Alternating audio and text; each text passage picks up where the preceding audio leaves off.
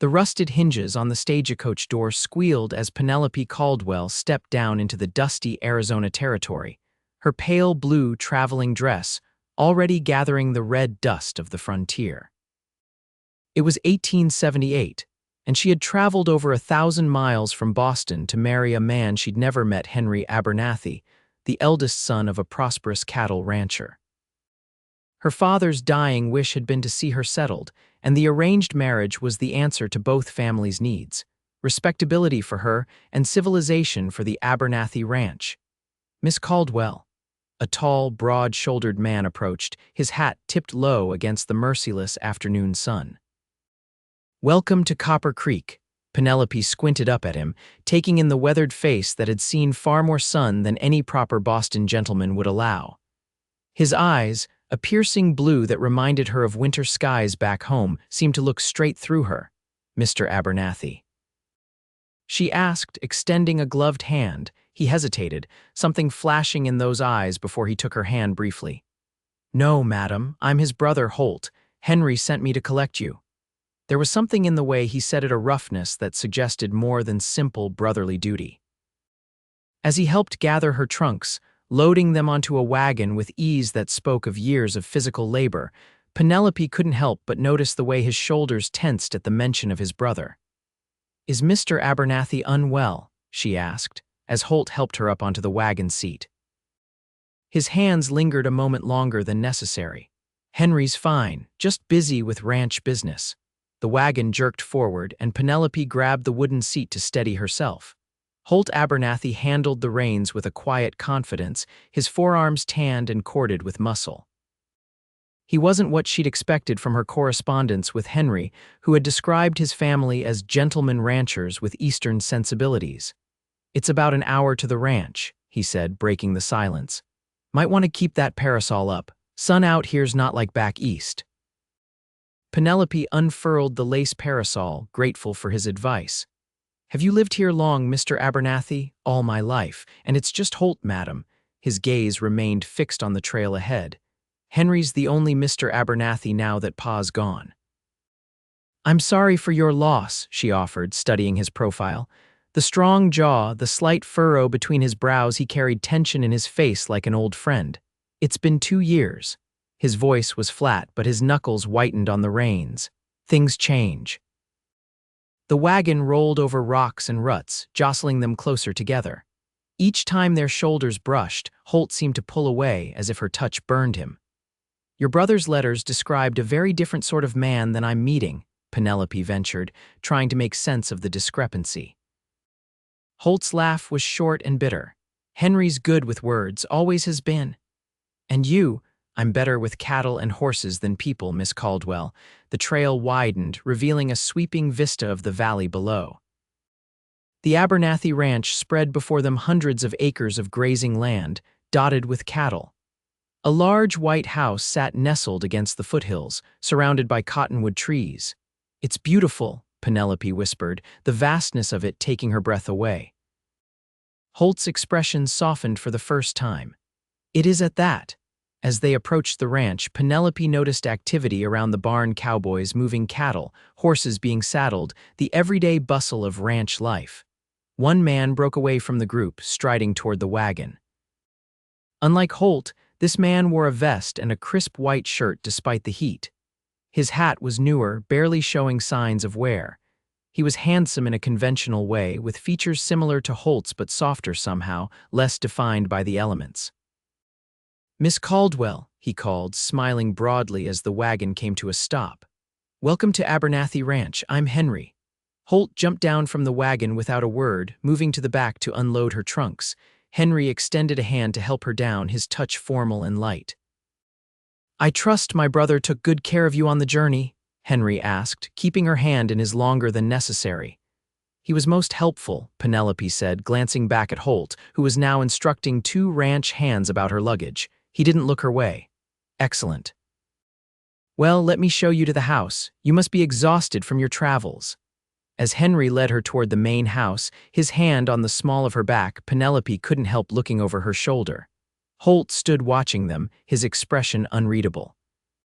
For just a moment, their eyes met, and something passed between them, a recognition, a question. The house was grander than Penelope had expected, with imported furniture and paintings that seemed at odds with the rugged landscape outside. Henry showed her to a spacious bedroom with a view of the mountains.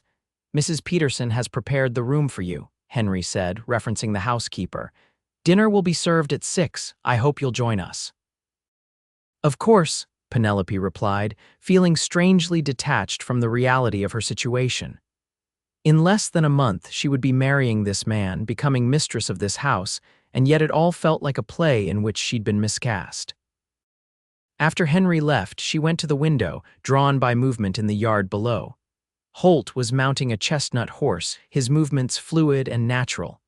As if sensing her gaze, he looked up, their eyes meeting across the distance. He touched his hat briefly, then turned the horse and rode away, leaving a trail of dust behind him. At dinner that night, Henry dominated the conversation, speaking of his plans for expanding the ranch, for building a larger house befitting a family man, for the social connections he was cultivating in town. Holt sat silently across the table, eating methodically and offering only short responses when directly addressed. "My brother isn't much for conversation," Henry explained with a patronizing smile. "He prefers the company of horses to people." "Some people talk plenty without saying anything worth hearing," Holt replied, his voice quiet but cutting. Tension crackled between the brothers, and Penelope found herself studying them both. They shared similar features, the same blue eyes, the same strong jawline, but where Henry was polished and performed, Holt seemed authentic if withdrawn. "Miss Caldwell doesn't need to hear about our differences," Henry said smoothly. "Tell us about Boston, my dear. I've always wanted to visit." As she described her home city, Penelope noticed Holt watching her, really listening in a way Henry wasn't. When she mentioned her father's death from consumption the previous winter, leaving her alone in the world, something softened in Holt's expression. "That's why the arrangement is so perfect," Henry interjected before she'd finished. "You need security, and I need a wife to help build our standing in the territory, pragmatic for both parties." "There's more to marriage than pragmatism," Holt said, speaking up for the first time without being addressed. Henry's smile tightened. "And what would you know about it? You've scared off every eligible woman within 50 miles. Just because I won't marry for advantage doesn't mean I don't understand commitment," Holt pushed back from the table. "Excuse me, Miss Caldwell, I've got early rounds tomorrow." After he left, an uncomfortable silence fell. Henry filled it quickly with more talk of wedding plans and introductions to important territorial families, but Penelope found her attention drifting to the door through which Holt had disappeared. The next morning, Penelope woke early, drawn outside by the novelty of the landscape. The sun was just creeping over the mountains, painting the valley in gold and rose. She walked toward the corral where several horses nickered softly in the dawn light. "You're up early." Holt's voice startled her. He emerged from the stable carrying a saddle. "I couldn't sleep," she admitted. "It's so quiet here compared to the city. You'll get used to it." He set the saddle on the corral fence, "or you won't." The bluntness of his statement was refreshing after Henry's constant platitudes. "Do you think I won't?" she asked. Holt studied her face. "I think you're stronger than Henry gives you credit for, but this life isn't easy, especially for a city woman." "I'm not afraid of difficulty, Mr. Abernathy." She stepped closer to the fence, resting her hands on the weathered wood. "My life in Boston wasn't as genteel as your brother might believe." Something like respect flickered in his eyes. "No, after my mother died, I kept house for my father while he grew sicker. I nursed him for 3 years before he passed." She stroked the velvet nose of a curious bay horse. "I'm familiar with hard work and heartache." Holt was quiet for a moment, then nodded. "Henry doesn't know that part, does he?" he never asked. The admission hung between them, weighted with implications neither was ready to acknowledge. "Would you like to ride?" Holt asked suddenly, gesturing to the horses. "Best way to see the ranch," Penelope hesitated. "I haven't ridden since I was a girl. I've got a gentle mare that'll treat you right." His eyes met hers, steady and reassuring. "I won't let anything happen to you." The promise felt larger than a simple horseback ride, and Penelope found herself nodding. "I'd like that." While Holt saddled the horses, Penelope returned to the house to change into her simplest dress. When she came back, he had 2 horses ready, a docile-looking Palomino mare for her and his chestnut gelding. "Henry won't like this," she said as Holt helped her mount. His hands were strong and sure at her waist. "Henry sleeps till 9 most days. We'll be back before he knows you're gone." They rode out as the sun climbed higher, Holt guiding her through the basics of Western riding. The mare, Buttercup, was patient with Penelope's inexperience, following Holt's horse, Thunder, with easy familiarity. "They know each other well," Penelope observed as the horses walked side by side along a creek. "Raised them both from foals," Holt said, a note of pride in his voice. "They're half-siblings, same dam, like you and Henry." Holt's expression clouded. "No, Henry and I had different mothers. His died when he was born. My mother came later after Pa sent for a mail-order bride." He glanced at her. "Not unlike your situation."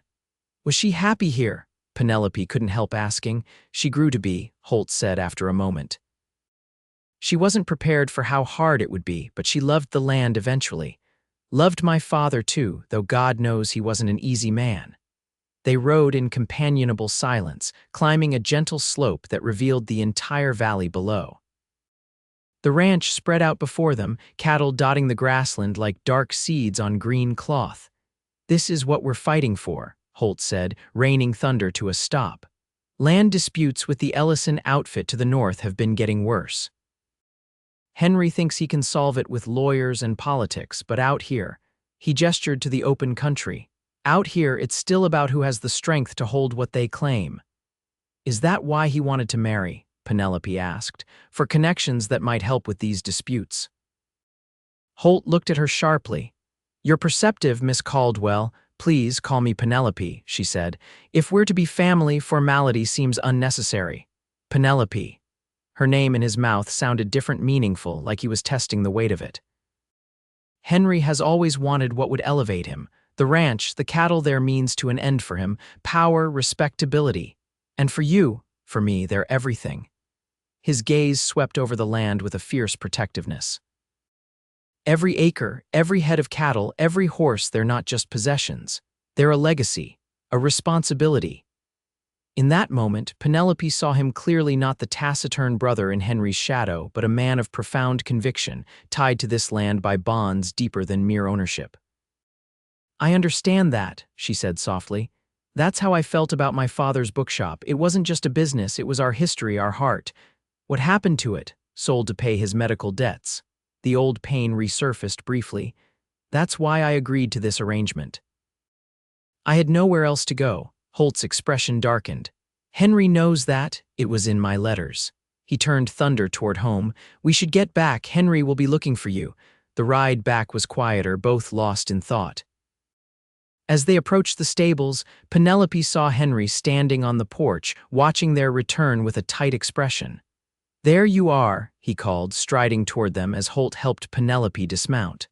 "I was beginning to worry." "Your brother was kind enough to show me the property," Penelope said, sensing the tension. "Was he now?" Henry's smile didn't reach his eyes. "Well, that's Holt for you, always willing to shirk his actual responsibilities to play tour guide. The cattle are moved to the north pasture, the fence on the east line is mended, and I checked the water levels at all 3 ponds," Holt said evenly. "Your actual responsibilities are covered, brother." He led both horses toward the stable, his back rigid with suppressed anger. Henry took Penelope's arm. "You shouldn't let him drag you all over creation. The sun out here is brutal on a lady's complexion." "I enjoyed it," Penelope said, gently but firmly removing her arm from his grasp. "And I'm perfectly capable of deciding when I've had enough sun." Something flashed in Henry's eyes, surprise, perhaps, or calculation. "Of course, my dear, I only want what's best for you." But as he escorted her back to the house, Penelope couldn't help feeling that what Henry wanted was what was best for Henry, and that might not be the same thing at all. Over the next 2 weeks, a pattern emerged. Henry was attentive in a possessive way, planning their wedding, introducing Penelope to prominent families in town, always presenting a carefully curated image of their future together. Holt kept his distance, working from dawn until dusk, joining them for meals but saying little. Yet Penelope found herself drawn to the moments when their paths crossed. A brief conversation while she gathered eggs from the henhouse and he repaired a wagon wheel. A shared glance across the dinner table when Henry spoke of turning part of the grazing land into fancy gardens, more suitable for entertaining. The way Holt left wildflowers on the kitchen windowsill, where she would find them while helping Mrs. Peterson with breakfast. She told herself it was just friendliness, just her seeking connection in this strange new place. But deep down, she knew it was more. The problem was she was promised to his brother. The situation came to a head the night of the town social. Henry had insisted on attending, eager to show off his Boston bride-to-be. Penelope wore her best dress, a deep green silk that she'd saved for special occasions, and Henry beamed with pride as they entered the decorated town hall. "Abernathy," called a portly man in an expensive suit. "Brought your Eastern lady, I see." "Judge Ellison." Henry greeted him with a handshake that looked firmer than necessary. "May I present Miss Penelope Caldwell, my fiancée?" Penelope noted the name with surprise. Ellison, the neighboring rancher Holt had mentioned, the one they were having land disputes with. "Pleasure, madam," the judge said, bowing slightly. "My son's around here somewhere, Marcus." He waved to a young man across the room. "Come meet Abernathy's fiancée." Marcus Ellison was handsome in a polished way, reminding Penelope of the young lawyers who had frequented her father's bookshop. His smile was practiced as he kissed her hand. "Henry's a lucky man," he said, his eyes lingering on her face. "Indeed I am," Henry agreed, his arm tightening around her waist. "And soon to be luckier still. We're discussing the possibility of the judge here performing our ceremony next month." Penelope stiffened in surprise. They'd made no such arrangements. Henry had mentioned a church wedding in the fall after the worst summer heat had passed. "Are we?" she asked, keeping her voice light despite her confusion. "Just preliminary talks," Henry said smoothly. "Politics and business wait for no man, my dear, not even a bridegroom," the judge chuckled. "Always planning 3 steps ahead, this one. Speaking of which, Henry, let's step aside for a moment. There's a matter I'd like to discuss before the dancing starts." "Of course." Henry turned to Marcus. "You'll keep my fiancé entertained for a few minutes, won't you?" Before Penelope could protest, Henry was following the judge to a corner of the room, leaving her with Marcus Ellison. "Would you care for some punch, Miss Caldwell?" Marcus offered. "Thank you, that would be lovely." As they walked to the refreshment table, Marcus leaned closer. "So you're the solution to Abernathy's problems. I must say he chose well." "I'm not sure what you mean," Penelope said carefully, "just that Henry's a shrewd businessman. Marrying Eastern money is a smart move when you're up against the wall." Marcus handed her a cup of punch. "Though I'm surprised he brought you out here so quickly. The wedding being moved up must be urgent." His implication was clear, and Penelope felt heat rise to her face. "Mr. Ellison, I assure you, there you are." The deep voice behind them sent an unexpected wave of relief through Penelope. She turned to find Holt standing there, looking uncomfortable but handsome in clean clothes, his hair still damp from washing. "Abernathy," Marcus acknowledged with a curt nod. "Didn't expect to see you at a social." "Wouldn't miss my brother's big night," Holt said, though his tone suggested otherwise. His eyes moved to Penelope. "Mrs. Peterson mentioned you might want your shawl, evening's getting cool." He held out her lace shawl, and Penelope took it gratefully, understanding the rescue for what it was. "Thank you, Holt. Mr. Ellison was just keeping me company while Henry speaks with the judge." "I bet he was." Holt's gaze hardened as it returned to Marcus. "Your father buying more friends in town, Ellison." Marcus's smile thinned. "Just discussing mutual interests with a fellow businessman, something you wouldn't understand being the physical laborer of the family." Holt's jaw tightened, but before he could respond, the music started up a lively fiddle tune that had couples moving toward the cleared dance floor. "Miss Caldwell promised me the first dance," Marcus said, reaching for Penelope's hand. "Actually, I don't recall making any such promise," Penelope countered, stepping subtly closer to Holt. Marcus's expression darkened. "Henry won't appreciate you snubbing important connections." "Then that's between Henry and me, isn't it?" Penelope found courage in Holt's steady presence beside her. If you'll excuse us, Mr. Ellison. She turned away, Holt falling into step beside her as they moved toward the edge of the room. That was bold, he said quietly. The Ellisons have a lot of influence around here, so I gather. Penelope adjusted her shawl, watching as Henry continued his animated conversation with the judge. What's really happening between your family and theirs? Holt sighed. Water rights, primarily. The creek that feeds our north pasture runs through their property first. Judge Ellison's been threatening to dam it unless we sell him the Ridge Pass land that connects our main grazing areas. And Henry's solution is to curry favor through me, Penelope asked, the pieces falling into place. Henry's solution is whatever benefits Henry. Holt's eyes met hers, serious and sincere. You deserve to know what you're walking into, Penelope. The sound of her name on his lips sent a flutter through her chest. Thank you for telling me the truth. Always, he promised, and in that single word was a wealth of meaning. The moment stretched between them, interrupted when Henry appeared at Penelope's side. There you are, he said, barely acknowledging his brother. The first dance is starting, we should join in. Actually, Henry, I'd like to speak with you privately, Penelope said firmly.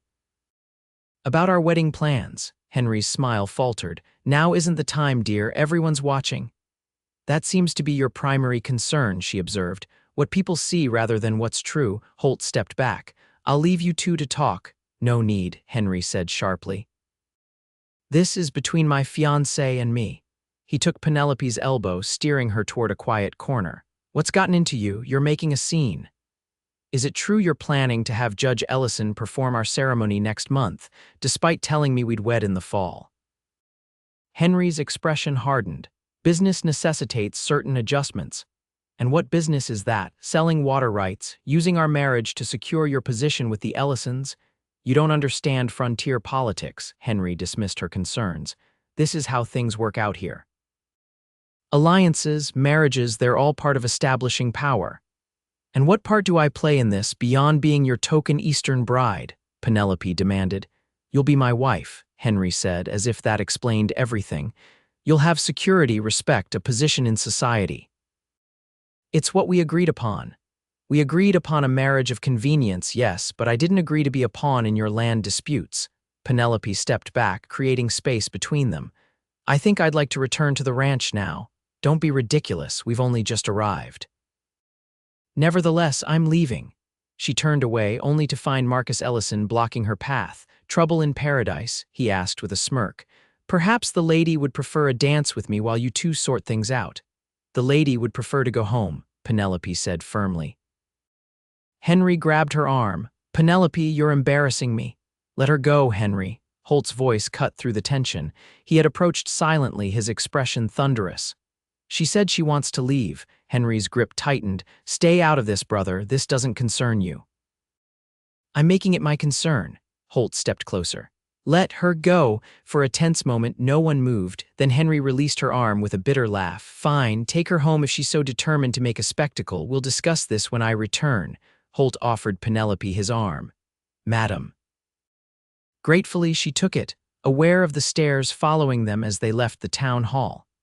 Outside, Holt helped her into the wagon without a word, but she could feel the anger radiating from him. They rode in silence for several minutes before Penelope spoke. Thank you for intervening. He had no right to handle you that way, Holt said, his voice tight with controlled rage. No man does. I'm beginning to think I've made a terrible mistake, Penelope admitted, watching the moonlight silver the landscape around them. I was so desperate for security that I didn't question Henry's motives. Holt was quiet for a long moment. What will you do? I don't know. I have nowhere else to go, no money of my own. The reality of her situation crashed over her anew. I sold everything to come here. The wagon rolled on through the night, the only sounds the creaking of wheels and the steady clop of hooves.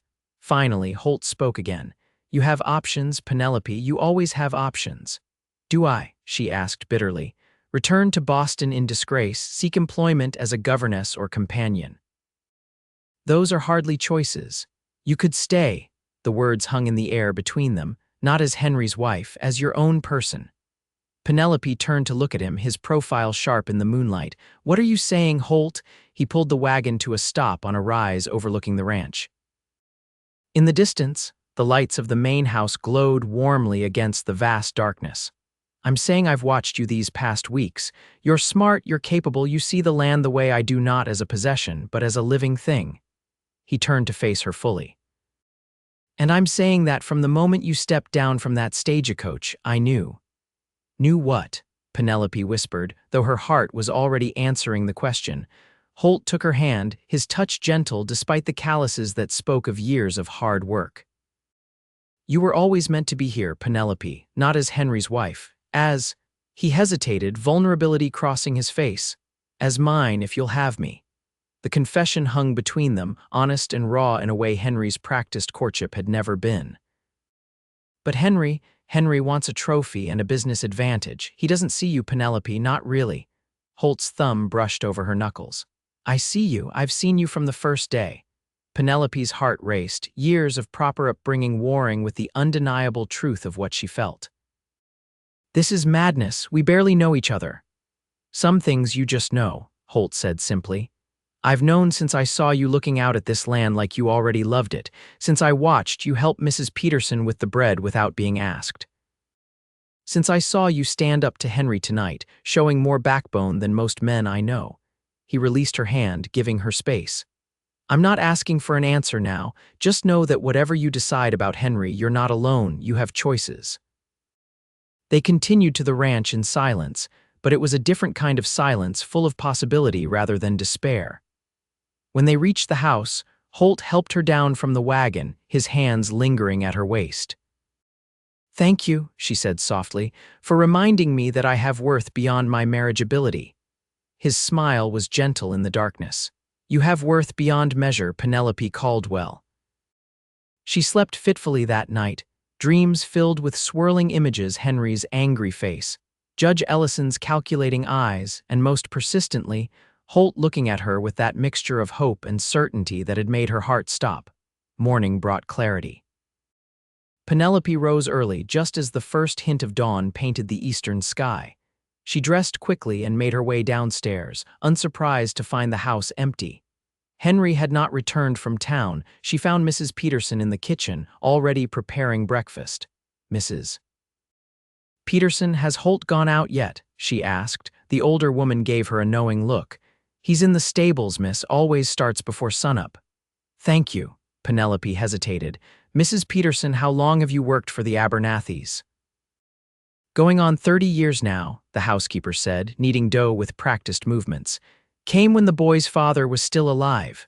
Then you know them well. Mrs. Peterson's hands stilled. I've watched them grow from boys to men, if that's what you're asking. Seen their true natures, not just what they show the world. And, Penelope prompted, the older woman sighed. Henry's his father's son, ambitious, driven by appearances. Holt's like his mother, true to the bone, loyal to what matters. She met Penelope's eyes directly. A woman could do worse than to follow her heart, Miss Caldwell. With those words echoing in her mind, Penelope made her way to the stables. She found Holt mucking out a stall, his back to the door, unaware of her presence. For a moment, she simply watched him, the easy strength in his movements, the care he took even in this mundane task. Holt, she called softly. He turned, surprise and something like hope crossing his face when he saw her. Penelope, you're up early. I needed to speak with you. She stepped closer, gathering her courage. About what you said last night. Holt set down his pitchfork, giving her his full attention. I meant every word. I know you did. That's what makes you different from your brother. Penelope took a deep breath. Henry hasn't returned from town. No, Holt agreed. Likely stayed at the hotel after the social. He does that sometimes. When he returns, I'm going to break our engagement, she said firmly. Holt's expression remained carefully neutral. Because of what I said, because it's the right thing to do for all of us. Penelope stepped closer. I won't marry a man who sees me as a transaction, Holt. I came west for security, yes, but I also came hoping for something else, something I never thought I'd find after my father died. What's that? He asked, his voice low. A place to belong. People who see me for who I am, not what I represent. She reached for his hand. I found that here, but not with Henry. Holt's fingers curled around hers, work roughened and warm. Penelope, I don't have Henry's polish or his grand plans. All I have is this land and my word. Your word means more to me than all Henry's promises, she whispered. I don't need polish or grand plans, I need honesty, I need. She hesitated, then finished softly, I need you. The words hung between them, a declaration and a question all at once. Holt's free hand came up to cup her cheek, his touch reverent. You were always mine, he whispered, the words more prayer than statement. From the moment I saw you step down from that stagecoach, like my heart recognized something it had been waiting for. Penelope leaned into his touch, the rightness of it washing through her. I felt it too. I just didn't understand what it was until now. Their first kiss was gentle, a question asked and answered in the quiet of the morning stable. When they parted, Holt rested his forehead against hers. Henry won't take this well, he warned. I know, but I'll face that consequence, we both will. Her resolution strengthened with each passing moment. This is my choice, Holt, my first real choice in years. The sound of hoofbeats interrupted the moment. Holt stepped back, though he kept hold of her hand. That'll be Henry, he said, his expression hardening. Let me talk to him first. No, Penelope shook her head. We'll face him together. They walked out of the stable hand in hand, standing tall as Henry dismounted in the yard. His eyes narrowed as he took in their clasped hands, comprehension dawning in his face. So this is why you were so eager to leave last night, he said coldly. Running to my brother's bed the moment my back is turned. That's not what happened, Penelope replied calmly. But I am breaking our engagement, Henry. It's clear to me that we want different things from marriage. And what does my brother want? Henry demanded. Besides taking what's mine, she was never yours, Holt said quietly. She's her own person, making her own choice. Henry's laugh was bitter. Always the noble one, aren't you, Holt? The true rancher, the honorable man, yet here you are, stealing my fiancé. I'm not stealing anything, Holt replied, his voice steady, but I am asking Penelope to stay as my wife if she'll have me. After knowing her 3 weeks, Henry scoffed. This is just another way for you to take what should be mine. First Pa's favor, now my bride. This isn't about you, Henry, Penelope interrupted. It's about what's right for me for my future. And you think that's with him, a man who'll never be more than a cowhand on his brother's ranch. Henry shook his head. You're a fool, Penelope. This ranch isn't just yours, Holt said, an edge entering his voice. Pa left it to both of us. And I've been the one making the connections to secure its future, Henry shot back, while you've been playing with horses and cattle. Working the land that feeds you, Holt corrected, the land you're so quick to bargain away for status. Henry's face flushed with anger. The Ellison deal would secure our position in this territory for generations. It would secure your position, Holt said. And destroy everything that makes this ranch worth fighting for. The brothers stared at each other, years of resentment and different values crystallizing in this moment of confrontation. Penelope squeezed Holt's hand, drawing strength from his steady presence. I'm sorry, Henry, she said. But I won't be part of your plans anymore. Henry looked between them, calculation replacing his initial fury. Fine, he said at last. Have each other. But don't expect to do it here. I'll buy you out, Holt. Take the money and go start your own ranch with your new bride. This is my home, Holt said simply. I was born here, raised here. I'm not leaving. Then we'll settle this legally, Henry threatened. See who the courts favor, the business-minded brother with connections or the cowboy who stole his fiancée. Do what you need to do, Holt replied evenly. But remember, half this ranch is legally mine, no matter who you've befriended in town. For a long moment, the three of them stood in tableau, the brothers facing off across years of different dreams, with Penelope standing firm in her choice. Finally, Henry turned away. You'll regret this, he said, though whether to Penelope or Holt wasn't clear. Both of you. He mounted his horse and rode toward town without another word, leaving them in the quiet morning sunlight. Are you sure about this? Holt asked softly once Henry was out of sight. It's not too late to change your mind. Penelope turned to face him fully. I've never been more certain of anything in my life. It won't be easy, he warned. Henry won't give up without a fight. Then we'll fight together, she said simply. For this land, for our future. Holt pulled her close, his arms strong and sure around her. Our future, he repeated, wonder in his voice. I like the sound of that. 6 months later, as autumn painted the valley in gold and crimson, Penelope stood on the porch of the small cabin Holt had built on the east side of the Abernathy ranch. After weeks of legal battles and mediation, the brothers had reached an uneasy settlement. Henry kept the main house and the western grazing lands, while Holt took the eastern half of the property, including the contested Ridge Pass.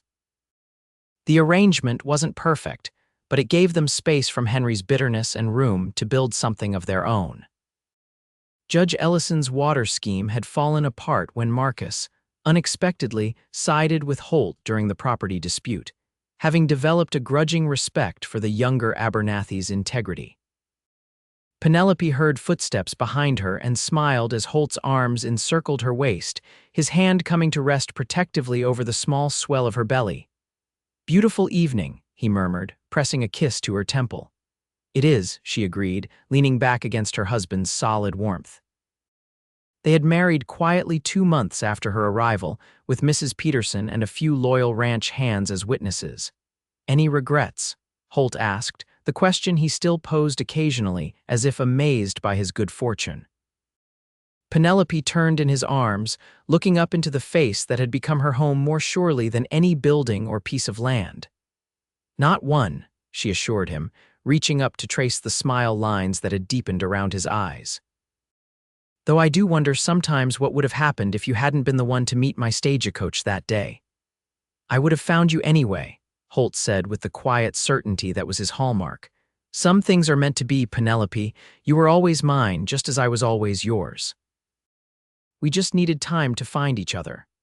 As the sun set over the land they now shared, Penelope knew he was right. She hadn't come west to find love, but love had found her anyway in the most unexpected place, with the most unexpected man. And in that discovery, she had found not just security, but belonging.